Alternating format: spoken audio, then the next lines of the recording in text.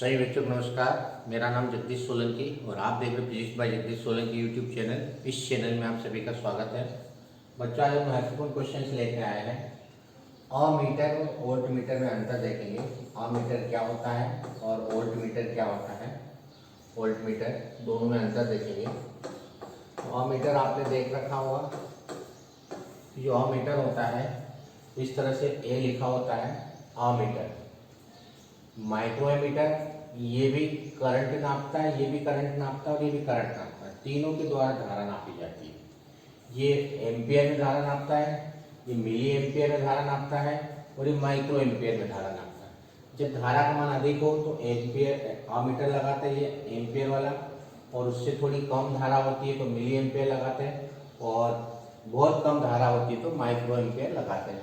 मिली का मतलब ये होता है कि 10⁻³ एम्पियर की धारा यदि आती है तो इतनी धारा इससे हम नाप सकते हैं। और माइक्रो का मतलब ये होता है 10⁻⁶ एम्पियर की धारा आती है तो उससे हम ये नाप सकते हैं। और एम्पियर, मिली एम्पियर और माइक्रो एम्पियर ये तीनों उपकरण जो होते हैं ये धारा नापने के काम में आते हैं। दूसरा हमारे पास धारा मापी होता है, ये भी धारा नापने के काम में आता है, लेकिन इससे बहुत कम धारा नापी जाती है और धारा की दिशा को प्रदर्शित करती है। इसमें जीरो बीच में होता है, ध्यान रखना कि इधर माइनस इधर प्लस होता है, तो जीरो बीच में होता है। धारा की दिशा के इसके द्वारा हम प्रदर्शित करते हैं। साथ में अल्प धारा का मापन इसकी सहायता से हम करते हैं। धारा मापी से हम धारा भी नापते हैं और इसकी सहायता से हम वोल्टेज भी नापेंगे। अपन देखेंगे अगले वाला प्रश्न कि धारा मापी का उपयोग हम वोल्टमीटर के रूप में भी कर सकते हैं और अमीटर के रूप में भी हम कर सकते हैं। तो अभी अपने ध्यान रखना है कि धारा मापी के द्वारा धारा का मापन किया जाता है, परंतु अल्प धारा का मापन किया जाता है और इसमें धारा की दिशा भी हम बता सकते हैं कि इधर आएगी प्लस, इधर आएगी तो माइनस। वोल्टमीटर जिसकी सहायता से अपन वोल्टेज नापते हैं, ये वोल्टमीटर होता है जिसकी सहायता से हम वोल्टेज का मापन करते हैं। अब इसमें एक चीज ध्यान रखना है, धारा मापी यदि मान लो कोई प्रश्न आता है कि धारा किस उपकरण से नापी जाती है, तो धारा नापने वाला उपकरण अमीटर होता है। ध्यान रखना, धारा नापने का जो उपकरण होता है वो हमारे पास में अमीटर होता है। अब इन दोनों में हम अंतर देखेंगे कि अमीटर और वोल्टमीटर, इन दोनों में क्या अंतर होगा वो हम अंतर देखेंगे। अब अमीटर और वोल्टमीटर में अंतर देखेंगे कि ये वोल्टमीटर होता है, वोल्टमीटर, इन दोनों में क्या अंतर होता है वो हम देखेंगे। देखो अमीटर बनाने के लिए क्या करेंगे कि हमारे पास जो धारा मापी होता है, ये हमने धारा मापी इधर बना रखा, ये धारा मापी, इससे बहुत कम धारा नापते हैं। यदि अपने को ज्यादा धारा नापना हो, अमीटर बनाना हो, तो इसके लिए हम क्या करेंगे कि जो धारा मापी होता है, ये धारा मापी है गैलोमीटर, इसके समांतर क्रम में एक अल्प प्रतिरोध का तार जोड़ देते हैं। धारा मापी के क्या करेंगे, पैरेलल समांतर क्रम में एक अल्प प्रतिरोध का तार जोड़ देते हैं। अल्प प्रतिरोध, लो रेजिस्टेंस, इस अल्प प्रतिरोध को हम बोलते हैं शंट। इसको हम क्या बोलते हैं, शंट। यस, तो कई मान लो प्रश्न आता है कि धारा मापी से अमीटर कैसे बनाओगे या कैसे परिवर्तित करोगे, तो प्रश्न क्या लिखना है, आंसर क्या लिखना है कि धारा मापी के समांतर क्रम में एक अल्प प्रतिरोध का तार जोड़ दिया जाता है तो धारा मापी अमीटर में परिवर्तित हो जाता है। तो धारा मापी के समांतर क्रम में क्या करेंगे, धारा मापी के समांतर क्रम में अल्प प्रतिरोध का तार जोड़ते हैं। ध्यान रखना, पहला पॉइंट, अल्प प्रतिरोध का तार जोड़ते हैं, तार जोड़ते हैं, जिसको हम शंट कहते हैं। तो जब भी आए धारा मापी से अमीटर कैसे बनाओगे, तो धारा मापी के समांतर क्रम में अल्प प्रतिरोध का तार जोड़ते हैं तो धारा मापी अमीटर में परिवर्तित हो जाता है। वोल्टमीटर बनाने के लिए क्या करेंगे कि धारा मापी के श्रेणी क्रम में, ये श्रेणी क्रम होता है, धारा मापी के श्रेणी क्रम में, धारा मापी के श्रेणी क्रम में, श्रेणी मतलब सीरीज में उच्च प्रतिरोध का तार, हाई रेजिस्टेंस जोड़ते हैं, उच्च प्रतिरोध का तार जोड़ते हैं। तो क्या हो जाएगा, धारा मापी वोल्टमीटर में परिवर्तित हो जाता है। तो पहला पॉइंट अपने को ध्यान रखना है कि धारा मापी से अमीटर कैसे बनाएंगे। तो धारा मापी से अमीटर बनाने के लिए डायग्राम बनाना कि धारा मापी के समांतर क्रम में एक अल्प प्रतिरोध का तार जोड़ते हैं, लो रेजिस्टेंस जोड़ते हैं गैलोमीटर के पैरेलल में, तो galvanometer convert into ammeter. Voltmeter को कैसे बनाएंगे? धारा मापी से सीरीज में उसी लाइन में हम क्या करेंगे, एक हाई रेजिस्टेंस जोड़ेंगे। ये उच्च प्रतिरोध का तार होता है, उच्च प्रतिरोध, हाई रेजिस्टेंस, उच्च प्रतिरोध का तार जोड़ेंगे तो धारा मापी वोल्टमीटर में परिवर्तित हो जाता है।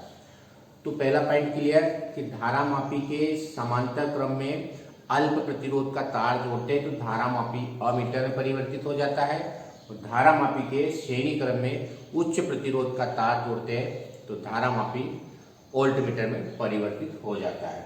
इसमें लो रेजिस्टेंस होता है, इसमें हाई रेजिस्टेंस होता है, इसमें पैरेलल में जोड़ते हैं गैल्वेनोमीटर के, इसमें सीरीज में जोड़ते हैं।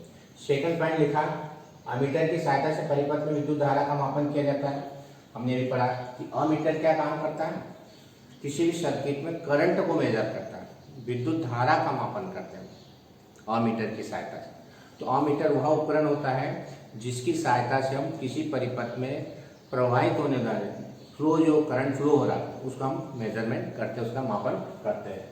और वोल्टमीटर की सहायता से क्या करेंगे, दो बिंदुओं के बीच विभव में अंतर या विभवांतर नोट करते हैं, वोल्टेज नोट करते हैं, वोल्टेज फाइंड करते हैं। सेकंड, अमीटर विद्युत परिपथ के श्रेणी क्रम में जोड़ा जाता है। एक चीज याद है, अमीटर से जैसे हमने बना लिया, बच्चे बहुत कंफ्यूजन होते हैं सर इसमें समांतर क्रम का प्रतिरोध नहीं, समांतर क्रम बनाने के लिए इसके समांतर क्रम में अल्प प्रतिरोध का तार जोड़ते हैं, लेकिन बनने के बाद जब अपने को करंट मेजर करना हो तो इसको हम सीरीज में ही जोड़ेंगे, श्रेणी क्रम में ही जोड़ेंगे। अमीटर बनने के बाद जब इससे करंट मेजर करते, करंट का मापन करते तो इसको हमेशा श्रेणी क्रम में ही जोड़ते, क्योंकि श्रेणी क्रम में करंट सेम रहता है, एक रीडिंग आएगी। यदि गलती से हमने इसको समांतर क्रम में जोड़ दिया, समांतर क्रम में वोल्टेज अलग अलग होता है तो उसका जो पॉइंटर होगा वो हिलता रहेगा, एक जगह स्थिर नहीं होगा, अलग अलग मेजर करेगा वो। तो हमेशा ध्यान रखना कि जो अमीटर बनने के बाद जब इससे अपन करंट मेजर करेंगे तो इसको हमेशा श्रेणी क्रम में, सीरीज में ही जोड़ना है, इसको हमेशा पैरेलल नहीं जोड़ना, समांतर क्रम में लगाना, क्योंकि समांतर क्रम में वोल्टेज सेम होता है तो एक ही रीडिंग आएगी, एक वोल्टेज अपने को बता देगा। फिर अमीटर का प्रतिरोध बहुत कम होता है, जैसे हमने लिखा कि अमीटर का प्रतिरोध बहुत अल्प होता, लो होता, इसमें अमीटर का प्रतिरोध बहुत लो होता है, और इसका वोल्टमीटर का प्रतिरोध क्या होता है, बहुत हाई होता है, उच्च होता है, अधिक होता है, बहुत अधिक होता है। आदर्श अमीटर का प्रतिरोध शून्य होता है, अल्प में कितना, 0, शून्य। अमीटर का प्रतिरोध आदर्श की जब हम बात करते हैं आइडियल अमीटर की, तो आइडियल अमीटर का रेजिस्टेंस 0 होता है। लो में कितना लिखना, 0, ये लो है तो 0। और यदि आइडियल वोल्टमीटर की बात करते हैं, आदर्श विभव मापी की इसका वोल्टमीटर की बात करते हैं तो हाई में कितना, इंफिनिटी, अनंत होता है, इसका प्रतिरोध अनंत होता है। अमीटर मतलब एम्पियर में नापेंगे, वोल्टमीटर को वोल्टेज से नापते हैं, ये इसका सिंबल है, इसका सिंबल भी होता है, ये तो सिंबल है कोई इसमें। तो इस तरह से ये दोनों में डिफरेंस अपने को मालूम होना चाहिए। क्या कि धारा मापी के समांतर क्रम में प्रतिरोध का तार जोड़ते हैं, धारा मापी के श्रेणी क्रम में उच्च प्रतिरोध का तार जोड़ते हैं, इसकी सहायता से धारा का मापन करते हैं, इसकी सहायता से वोल्टेज का मापन करते हैं। ये हमेशा श्रेणी क्रम में जोड़ते हैं, इसको हमेशा समांतर क्रम में जोड़ते हैं। इसका प्रतिरोध बहुत कम होता है, इसका प्रतिरोध बहुत अधिक होता है। आदर्श अमीटर का प्रतिरोध शून्य होता है, आदर्श वोल्टमीटर का प्रतिरोध इन्फिनिटी होता है, और इसका मात्रक अमीटर मतलब जो धारा नापते हैं इसका मात्रक एम्पियर होता है, और जो वोल्टेज का मात्रक वोल्ट होता है इसको अपन ए से प्रदर्शित करते हैं, इसको बी से प्रदर्शित करते हैं। ये इसका आंसर इधर भी दे रखा है। यदि वीडियो आपको अच्छा लगता है तो आप इस चैनल को सब्सक्राइब करें, अपने दोस्तों के साथ वीडियो को शेयर करें और बेल आइकन के बटन को प्रेस करें ताकि आने वाली वीडियो की नोटिफिकेशन आप तक पहुंच जाए। धन्यवाद। जय हिंद, जय भारत, वंदे मातरम।